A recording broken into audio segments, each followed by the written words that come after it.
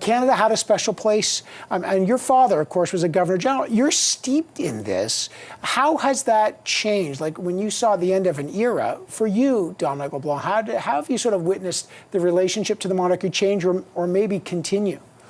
Well, we think it's an important part of Canada's constitutional history. I certainly felt privileged to have had on a few occasions when I was an assistant in Mr. Chretien's office, and then again when my father was Governor General, to have met the Queen. For your whole life, Evan, and for mine, she was Canada's reigning monarch. So it's an important moment for the country now to welcome a new king. But go back to when you met her, because obviously you have to be very formal, you're meeting the Queen. But everybody talked about privately her wit, what was she like? I mean, did she, was it very formal and stiff, where all of a sudden did she kind of break the ice? So not at all. The one occasion that I remember most fondly was she was in Ottawa for Canada Day. It was in the mid-1990s when my dad was at Rideau Hall.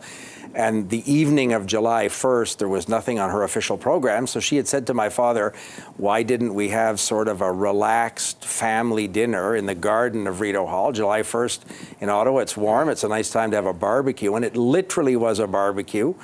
In the backyard, and there were two tables. The Duke of Edinburgh was at one table, Her Majesty was at another. My father had invited the Prime Minister and Madame Chretien, my sister and I were there.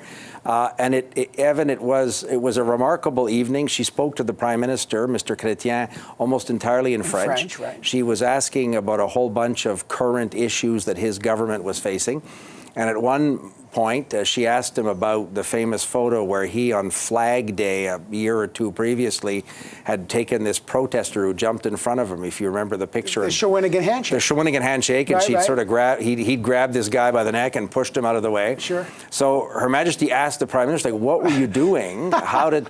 she saw it, okay. So she'd seen the photo. Right. And then Mr. Chretien, of course, wanted to reenact for the Queen that incident, and my neck became the prop at the table where the Prime Minister put his hand on my neck, and it struck me. So the Queen was laughing. It was completely without pretense. It would be as if it was sort of your favorite aunt who had come for dinner. There was absolutely, it was simple. It was cheerful, and at the end of the evening, I thought I'd seen a part of world history for those 3 or 4 hours, and it stuck with me. First of all, that's a great story, the barbecue. Just so if anyone knows, if you ask Mr. Chretien to reenact the Shawinigan Handshake, he did it to me about 2 years ago. And I can tell you, his grip is, he does not do it lightly. No. He really throttles you.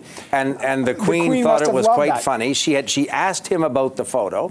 So it struck me, apart from the sort of the relaxed, pleasant evening that it was, just relaxed. But she was very interested in Canada. She was asking him about a whole bunch of issues that the country was facing, including national unity. This was a year or two after the '95 referendum in Quebec. She was asking him about the circumstance in terms of national unity and federalism in Canada. It struck me how interested and how engaged she was in Canadian affairs.